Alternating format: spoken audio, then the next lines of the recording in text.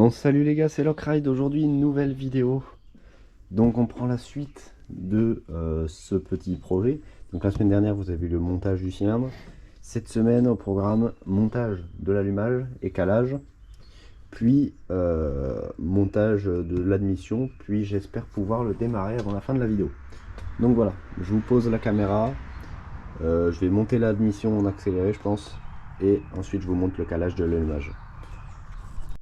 I will be your shield in the fiercest battle. I'll defend you from all the Donc voilà, là on se retrouve avec l'admission montée. Donc cette admission est pratique parce qu'il n'y a même pas de joint à mettre. Il n'y a que des joints déjà préfaits. Donc normalement je mets toujours la pâte à joint, mais là franchement ça avait l'air bien hermétique, même sans ça. Donc voilà, c'est monté. Je vais vous montrer l'allumage. Donc on a le petit allumage MVT ici. Voilà, on va vous déballer ça. Je fasse un peu de rangement parce que c'est un peu le bazar avec tout ce que j'ai monté. Voilà. Donc, je vais mettre mes gros doigts sales en plus sur le MVT. On a ici la bobine haute tension, le CDI et l'allumage. Avec sa petite platine et la visserie. La notice dit toujours de le caler à 0,35 quand c'est plus grand que d'origine. Moi je fais mes propres calage. Perso, pour un moteur comme ça qui va pas rouler au quotidien et qui est fait pour marcher le mieux possible, genre bien fort, moi je vais le caler à 1 mm.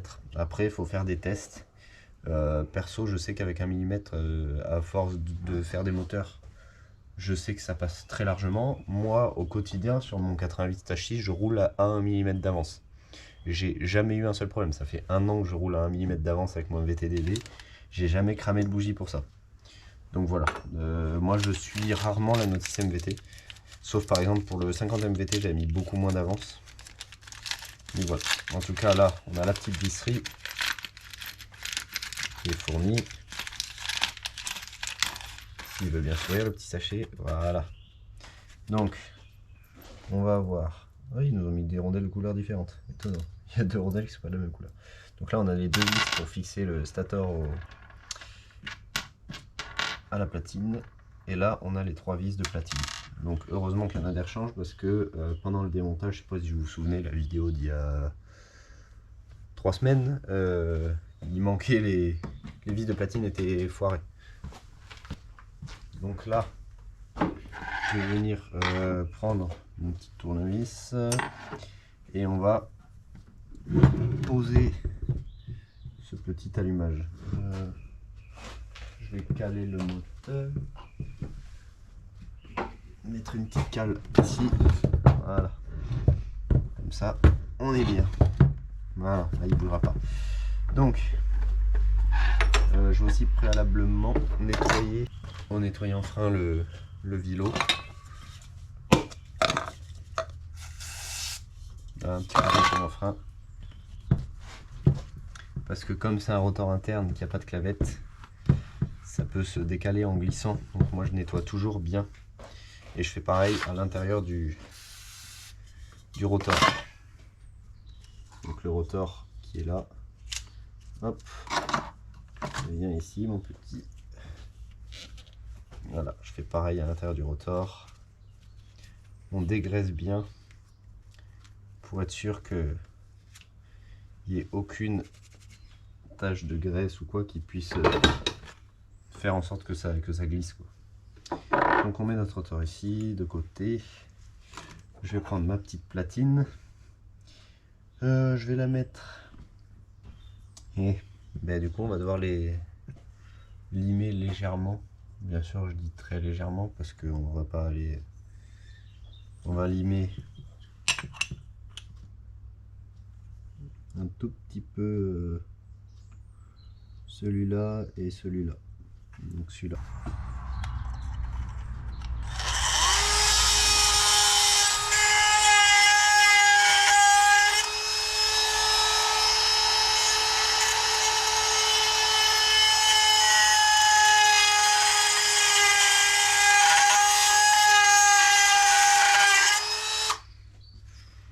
très légèrement, il ne faut pas quand même tout décaler. Mais voilà, comme ça c'est en face. Celui-là aussi il va y passer.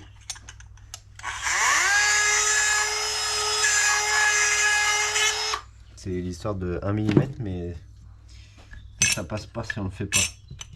C'est un peu dommage sur un allumage à ce prix là, je trouve. Voilà, là tout est en face.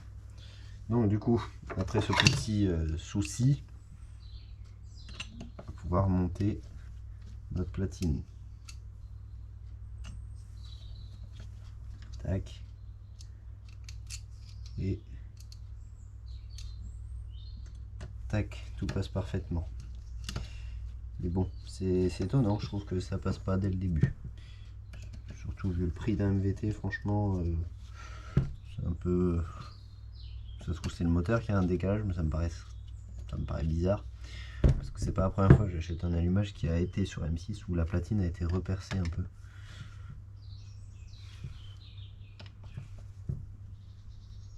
La vis cruciforme, on fait gaffe à pas foirer. Hop. On va ensuite monter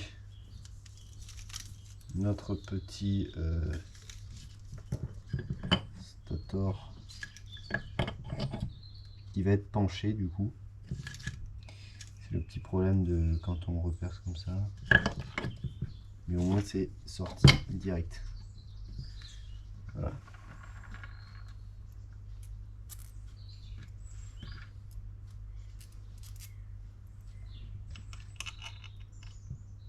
Moi je préfère quand le MVT il est droit, genre, comme sur ma moto. Mais bon, là c'est comme ça, on peut pas faire autrement.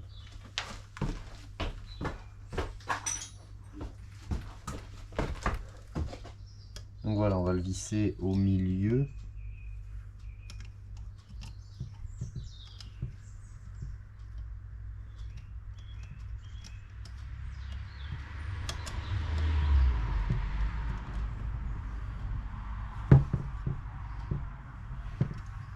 Voilà, on vise bien. Pas trop fort non plus parce qu'on est dans une platine en alu. Et on va passer à la fameuse étape du calage. Donc, d'abord, il nous faut une petite pige de calage. Ça paraît logique quand on cale un allumage. Il faut la pige de calage. Donc, ma petite pige, on la met dans la culasse, enfin la place de la bougie. Ça coûte 30 €, je crois, une pige comme ça. Je me souviens plus, ça se trouve, je dis n'importe quoi. Mais voilà.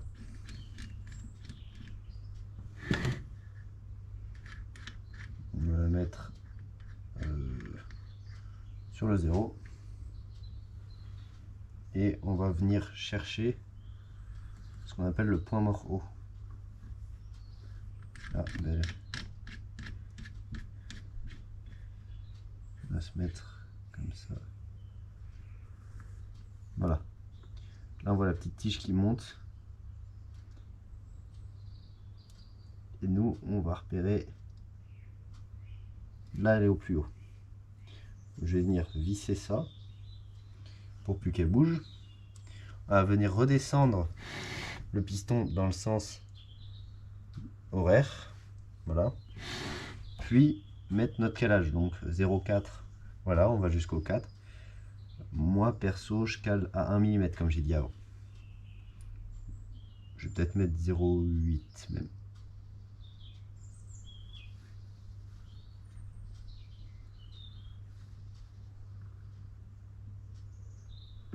Et là, je sens que je tape quand je reviens, donc dans le sens inverse des aiguilles de montre.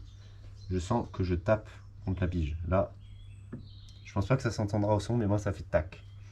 Donc voilà, une fois qu'on est là, on fait gaffe à ce que le vilebrequin ne tourne pas.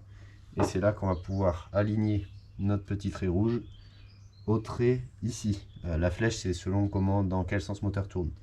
Là, pour le coup, notre moteur tourne comme ça. Enfin, du côté où je suis, pour sens inverse des aiguilles de montre. Donc, on va venir le mettre en face. Moi, ce que je fais des fois pour m'aider, c'est de prendre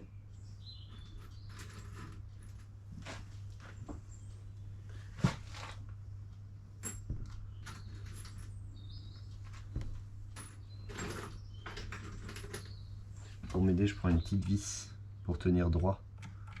Voilà, juste pour le tenir et qu'il aille bien en face. Voilà. Et une fois qu'il est là, on prend une douille et on lui met un coup. Voilà. Pas trop fort parce qu'on reste sur un vélo, donc faut pas le brutaliser non plus.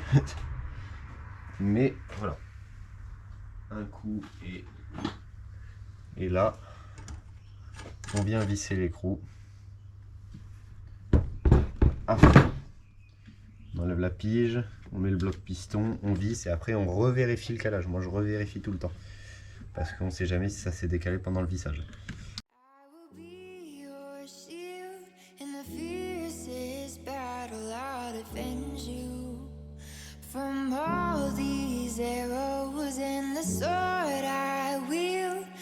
Keep you from danger. Let me be your shield.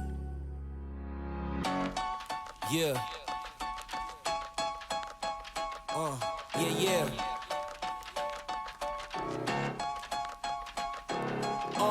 It's just you, me, and the odds. We stuck together, we two peas in a pod. You dealt a bad hand, I'm there seizing the cards. We'll never be separated till we see in the gods. We've been low together, high forever. Long as we go together, we'll die whenever. Be a light, couldn't let the darkness try you ever. Truth in my word, you I lie to never. And when the world gets a little too hard, wipe your eyes, put away your sorrow. When it's war, I'll be leading the charge, and I'll be still fighting for you tomorrow. Yeah, even with a blindfold or in different time zones, could find my way to you with my eyes closed. There's nothing between us. Go to Mars and Venus, stand in front of every one of them rocks they slinging and be a shield. Yeah. In the fiercest battle, I'll defend you. Bon voilà les gars, j'ai mis le bloc dans la pipe, donc il est monté et maintenant on va aller brancher le petit CDI et la petite bobine. Donc je vais les prendre. Franchement la moto elle a un look de fou là, avec le petit MVT et tout. Donc pour faire ça, je vais d'abord poser la caméra. Je sais pas où, ça va être compliqué. Enfin bref, je vais vous expliquer comme ça. Ça va être plus simple. Donc, on a 4 fils à la sortie d'un allumage MVT-DD. Celui-là, c'est une masse. Donc on la branche au cadre. Donc on le retire. Le noir et blanc, noir et rouge, je dis n'importe quoi. Il va se brancher sur le noir et rouge du CDI. Ce qui paraît logique, c'est la même cosse. Donc c'est facile à brancher. Et pour ce qui est des deux restants, donc le jaune et le blanc, ce sont tous les deux des sorties d'électricité pour emmener dans le régulateur de tension. Donc voilà, pas très compliqué. Maintenant, je vais juste prendre ça, voilà. Donc là, pareil, on a une masse. Ça, on a dit que ça se branchait à l'allumage. Et le reste, on a ça. Donc ça va se brancher sur la bobine. Donc la bobine qui est là, il y a une cosse ici, voilà, je sais pas si vous voyez bien, il y a une cosse, il faut y brancher le fil orange. Puis pour le dernier fil, celui-là c'est pour couper le courant, enfin le courant. C'est celui qui va se brancher sur le Neumann pour que quand on coupe le contact, clac, dès que ça touche la masse, ça coupe le moteur. Donc on va le brancher sur le fil vert ici. Moi je vais récupérer le fil vert. Donc je vais brancher ça sur le fil vert. Fil jaune ou blanc, on va le mettre en sortie sur le régulateur de tension. Et puis voilà, tout va être bon. Et puis on va presque pouvoir démarrer la moto. Brancher toutes les masses à la masse. Et puis voilà. Bon voilà les gars, j'ai fait tous mes branchements. Donc j'ai essayé de faire ça propre. Voilà, on a tout rangé pour pas que ça prenne de place, sachant que plus tard il y aura un double radial, donc la masse faudra la déplacer. Mais voilà, le petit CDI il est ici, là j'ai mis le régulateur ici, la bobine, j'ai branché le petit câble, il va falloir le brancher. Donc là je vais mettre le carbu, la mousse, rebrancher l'embrayage. Je vais tout refaire. Puis je vous reprends une fois que c'est fait pour faire le premier démarrage du petit moteur. Bon voilà les gars. Hop. Le petit KRM est mis, je l'ai attaché. Le multifixe j'ai mis dans ce sens là. Parce que j'ai galéré à le mettre normalement. Du coup voilà. Dans ce sens là il passe très bien. Le pot est bien en bas, comme ça il va pas frotter ou quoi si on penche. Bon, il est loin de frotter là, vraiment loin. Mais voilà, on va pouvoir mettre le contact. Voilà. Et démarrer tout ça. Hein. J'espère que ça va démarrer. Pour l'instant, il n'y a pas de liquide de refroidissement, c'est juste pour tester si ça démarre. Tirage, il est incroyable. Tout est bien. J'espère que ça démarre. On va tester ça. Allez, on croise les doigts. Oula, il y a de la compression. Attendez, on va mettre le starter. Normalement, il y a assez d'essence dans le réservoir et l'essence arrive au carbu. Starter. J'arrive plus à trouver le starter. Voilà. Hop. Et on va démarrer ça pour voir comment ça tourne. Je vais vous poser la caméra un peu plus loin. Voilà. On va vous poser là. Là, je pense qu'on est bien. Voilà. Là, je vous filme.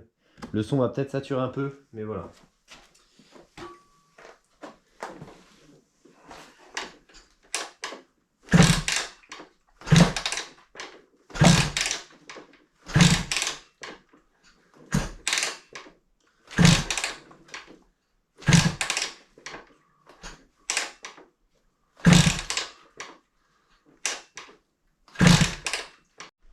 Bon les gars, cette fois-ci, j'ai vérifié tout, il y a bien de l'essence, il y a tout.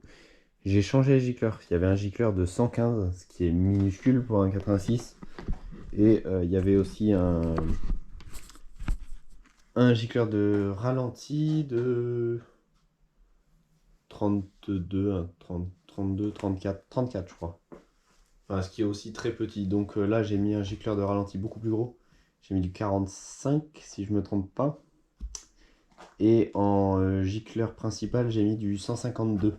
Alors oui, c'est beaucoup 152, mais c'est juste pour qu'elle soit pour démarrer sereinement sans qu'elle soit trop pauvre ou quoi, et qu'elle démarre bien. Donc là, on va rallumer l'essence. Et là, je pense que ça devrait mieux démarrer. Parce que je crois que ça envoyait même pas assez d'essence en fait avant. Parce que le gicleur de ralenti était vraiment minuscule. On va visser un peu la vis de ralenti. Pas trop non plus. Elle est pratique cette vis de ralenti d'ailleurs sur le Kenin.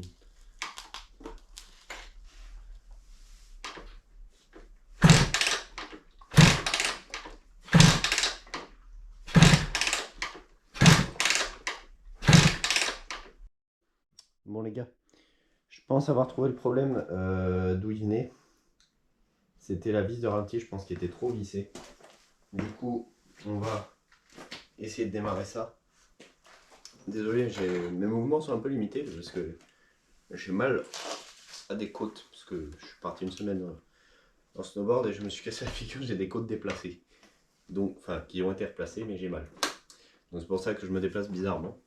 Mais voilà, en tout cas, on va essayer de démarrer ça. Bon les gars, je pense que j'ai trouvé le problème. C'était niveau vis de ralenti, il y avait un petit souci. Donc voilà, on va tester si ça démarre maintenant.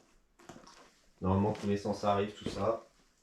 Et j'ai pas encore démarré la moto, elle a juste pété un petit peu. Tout à l'heure, elle m'a fait une petite étincelle. Enfin, j'ai entendu un petit. Elle a légèrement commencé. Donc, du coup, je vous ai rallumé la caméra pour vous montrer ça. Donc, il y a le contact. Et on va voir. Oula. Il y a de la compression. Elle démarre. Maintenant, on va baisser le ralenti parce qu'il est un peu trop haut. Et au moins, elle démarre, c'est le principal. Donc, il y avait juste effectivement un petit problème de vis de ralenti, je pense. C'était tout con, comme je l'avais dit. C'est parce que les carbus Kenin sont réglés bizarrement, je trouve, d'origine. Ils sont vis de ralenti dévissé à fond. Les gicleurs sont tout petits, donc bon, c'est pour ça que j'ai un peu galéré. Mais voilà, là au moins, attention, aïe. Ah, là c'est trop bas.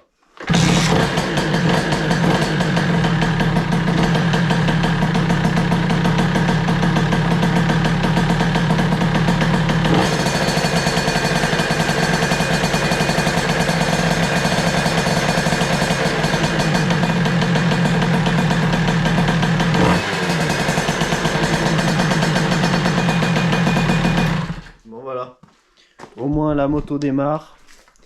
Donc je vais devoir mettre du liquide de refroidissement parce qu'il n'y en a pas encore, c'était juste pour voir si elle démarrait.